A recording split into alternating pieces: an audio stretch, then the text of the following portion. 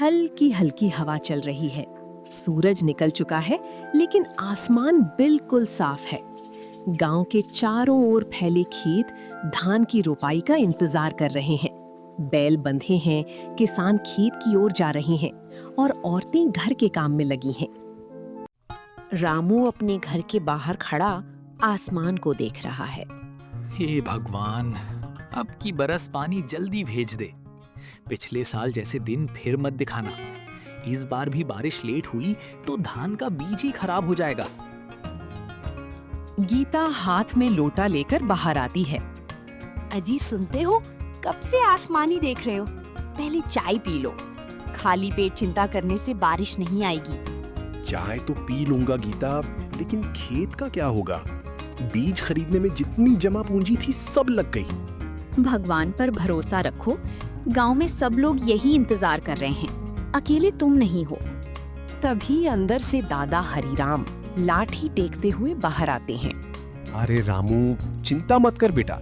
मैंने अपनी उम्र में ऐसे ऐसे सूखे देखे हैं कि लोग खेत छोड़ने को मजबूर हो गए थे, लेकिन धरती माँ आखिर किसान का साथ छोड़ती नहीं। दादा, पहले मौसम का कोई भरोसा था। अब तो बादल आते हैं, गरजते हैं और बिना बरसे चले जाते हैं। सही कह रहे हो। पहले सावन आते ही खेत पानी से भर जाते थे। अब तो आसमान भी जैसे किसानों की परीक्षा ले रहा है। उसी समय रामू का बेटा मोहन दौड़ता हुआ आता है। बाबू, बाबू, मैं भी आज खेत चलूंगा। खेत चलोगे? वहाँ धूप है, कीचड़ है, मेहनत है। तो क्या हुआ? जब मैं बड़ा किसान बनूंगा तो सब सीखना पड़ेगा ना। दादा हंस पड़ते हैं। देख रहे हो रामू, यही बच्चे हमारी असली ताकत है। इतने में छोटी सीता भी बाहर आती है। अम्मा, अगर बारिश नहीं हुई तो क्या हम धान नहीं लगाएंगे? गीता कुछ पल चुप रहती है। धान तो लगाएंगे बेटी। किसान आखिरी सांस तक उम्मीद नहीं छोड़ता। गांव के कई किसान बरगद के पेड़ के नीचे बैठे हैं। भोला, शंभू, नंदू और कई किसान चिंतित हैं। मैंने तो खेत तैयार कर दिया है। अब पानी नहीं आया तो सारी मेहनत बेकार जाएगी। मेरे पास तो इस बार खाद खरीदने के भी पैसे नहीं बचे। साहूकार से उधार लेने जाओ तो पहले पुराना हिसाब याद दिलाता है। रामू वहां पहुंचता है। क्यों भाइयों, सबके खेत तैयार हो गए? खेत तो तैयार हैं, लेकिन आसमान तैयार नहीं है। सब लोग हल्का सा हंसते हैं, लेकिन हंसी में भी दर्द साफ दिखाई देता है। तभी सरपंच आते हैं। भाइयों, घबराइए मत। मौसम विभाग ने कहा है कि 2-3 दिन में बारिश हो सकती है। सरपंच जी, मौसम विभाग की बात सुन सुनकर पिछले साल भी धोखा खा गए थे। फिर भी उम्मीद छोड़ना ठीक नहीं। लाला बनवारी अपनी गद्दी पर बैठा हिसाब लिख रहा है। रामू अंदर आता है। आओ रामू, इस बार फिर बीज उधार चाहिए क्या? नहीं लाला जी, बीज तो खरीद लिया है। अच्छा है, लेकिन अगर बारिश नहीं हुई तो फिर पैसे कहाँ से दोगे? भगवान चाहेगा तो फसल होगी। भगवान पर भरोसा ठीक है, लेकिन मेरा हिसाब भगवान नहीं चुकाएगा। रामू बिना कुछ बोले वहां से निकल। पूरा परिवार घर के बाहर बैठा है। हवा चल रही है, लेकिन बादल नहीं है। मोहन आसमान की तरफ देखता है। बाबू, बादल कब आएंगे? जल्दी आएंगे बेटा, बहुत जल्दी। सीता हाथ जोड़कर आसमान की ओर देखती है। हे भगवान, हमारे खेतों में पानी भेज दो। गीता की आंखें नम हो जाती हैं।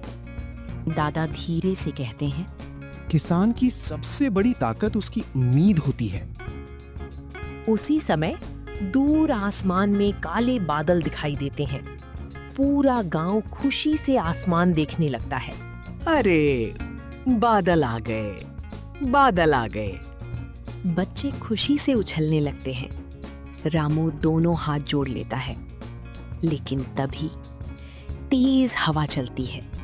बादल मुड़ते हैं और बिना बरसे दूसरी दिशा में चले जाते हैं। पूरे गांव में फिर से सन्नाटा छा जाता है। रामू आसमान की ओर देखता रह जाता है। क्या इस बार भी किसान की उम्मीद यूं ही सूख जाएगी। सुबह का समय है, सूरज तेजी से निकल आया है, हवा गर्म है, खेतों की मिट्टी फटने लगी है। जहां धान की रोपाई होनी थी वहां सूखी जमीन पड़ी है। रामू अपने खेत की मेड़ पर बैठा मिट्टी हाथ में लेकर देखता है। अरे धरती माँ, तू तो पानी मांग रही है। बिना पानी के तेरा सीना कैसे हरा होगा? इतने में भोला आता है। रामू, रात भर बादल का इंतजार किया, एक बूंद भी नहीं गिरी। अब तो हर दिन भारी लगने लगा है। अगर 4-5 दिन और ऐसे ही रहे तो बीज भी खराब हो जाएगा। दोनों चुप होकर खेतों को देखते रहते हैं। गीता चूल्हे पर रोटी बना रही है। सीता पूछती है, अम्मा, बाबू इतने उदास क्यों रहते हैं? बेटी, किसान की मुस्कान खेत से होती है। खेत सूखा हो तो मन भी सूख जाता है। मोहन बाहर से आता है। अम्मा, तालाब में भी पानी कम हो गया है। दादा हरीराम गहरी सांस लेते हैं। जब तालाब सूखने लगे, समझ लो समय कठिन है। गांव के सभी किसान इकट्ठा हैं। भाइयों, हमें धैर्य रखना होगा। धैर्य से खेत नहीं भरेंगे सरपंच जी। अभी कोई सूचना नहीं आई है। अगर पानी नहीं आया तो गांव के आधे किसान कर्ज में डूब जाएंगे। सभी किसान सिर झुका लेते हैं। लाला बनवारी गांव में घूम रहा है। जिसे पैसे चाहिए मेरे पास आ जाए, लेकिन इस बार ब्याज पहले से ज्यादा होगा। कुछ किसान मजबूरी में उसकी बात सुनते हैं। रामू दूर खड़ा सब देख रहा है। मजबूरी का फायदा उठाना भी कोई इंसानियत है? मोहन और सीता घर के पीछे मिट्टी में खेल रहे हैं। अगर मैं बादल पकड़ लाऊं तो फिर हम अपने खेत में बांध देंगे। दोनों हंसते हैं। दूर खड़ा रामू उन्हें देखकर मुस्कुराता तो है, लेकिन उसकी आंखों में आंसू हैं। पूरा परिवार खाना खा रहा है।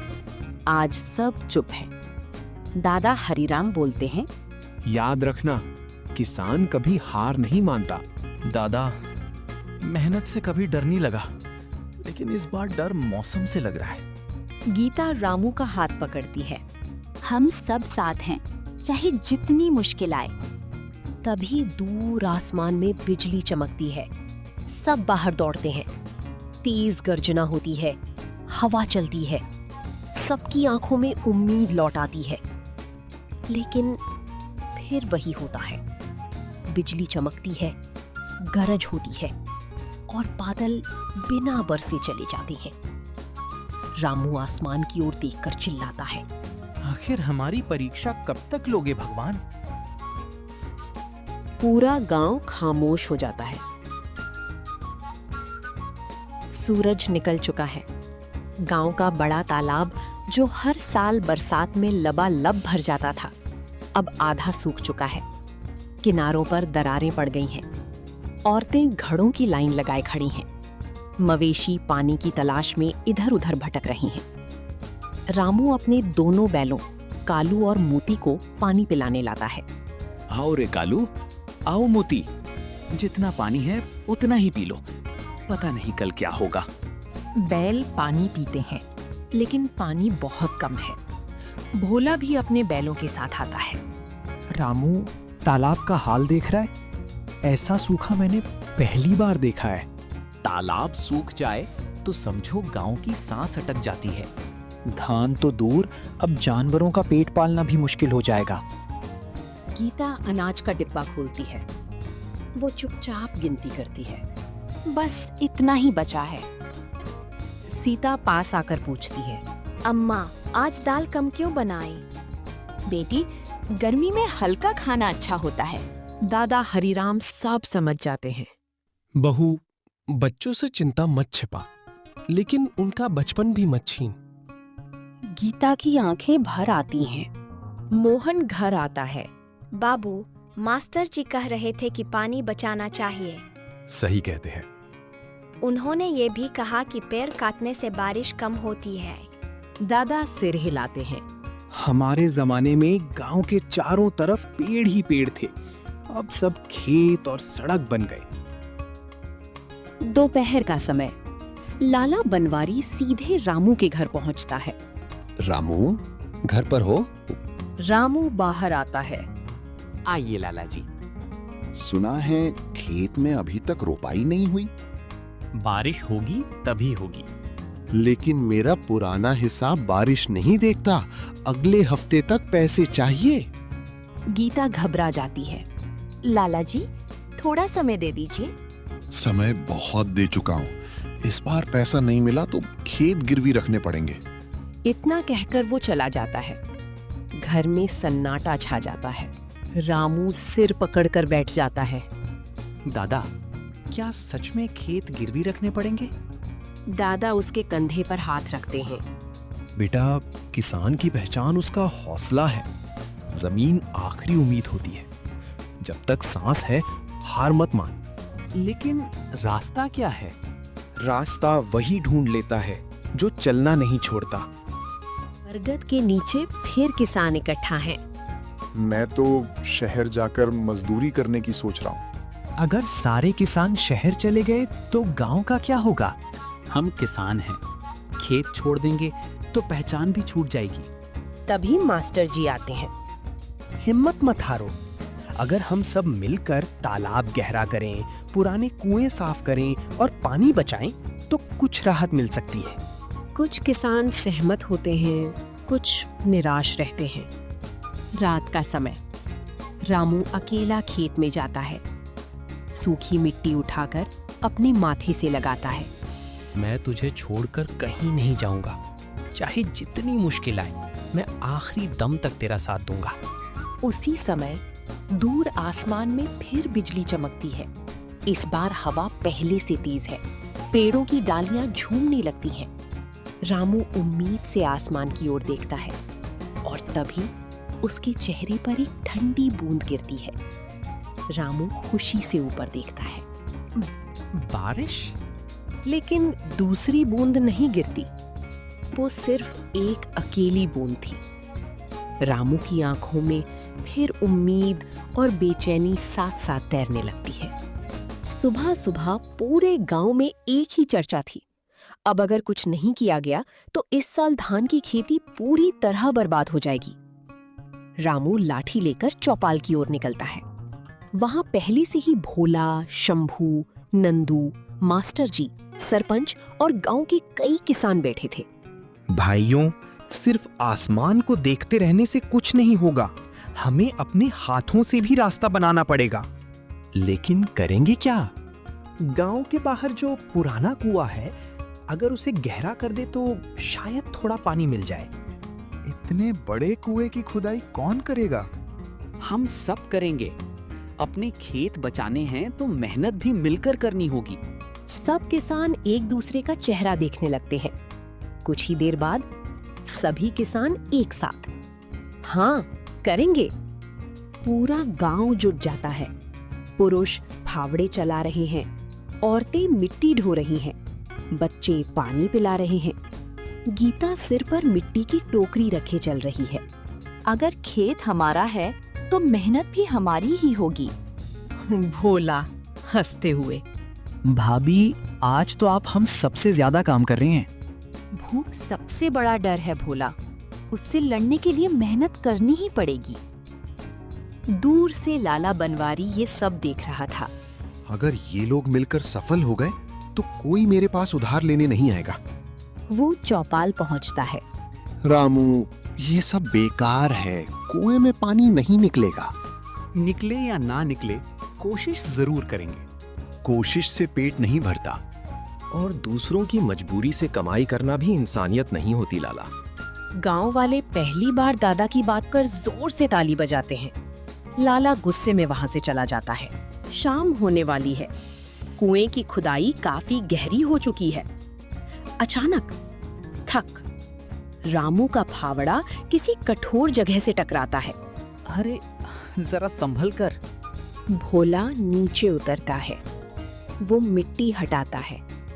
धीरे धीरे गीली मिट्टी दिखाई देती है। रामू, नीचे नमी है, मिट्टी गीली है। पूरा गांव खुशी से झूम उठता है। सब और तेजी से खुदाई करने लगते हैं। कुछ देर बाद छपाक एक पतली सी पानी की धार निकलती है।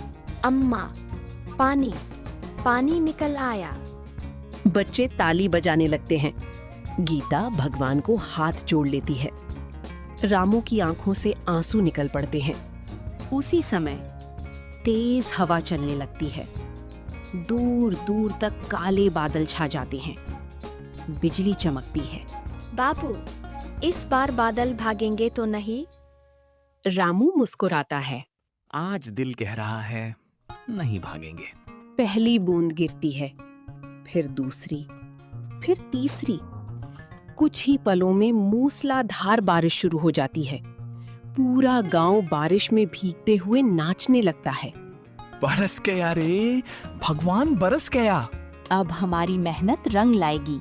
देखा, किसान की उम्मीद कभी नहीं मरती। रामू दोनों हाथ जोड़कर बारिश में खड़ा रहता है।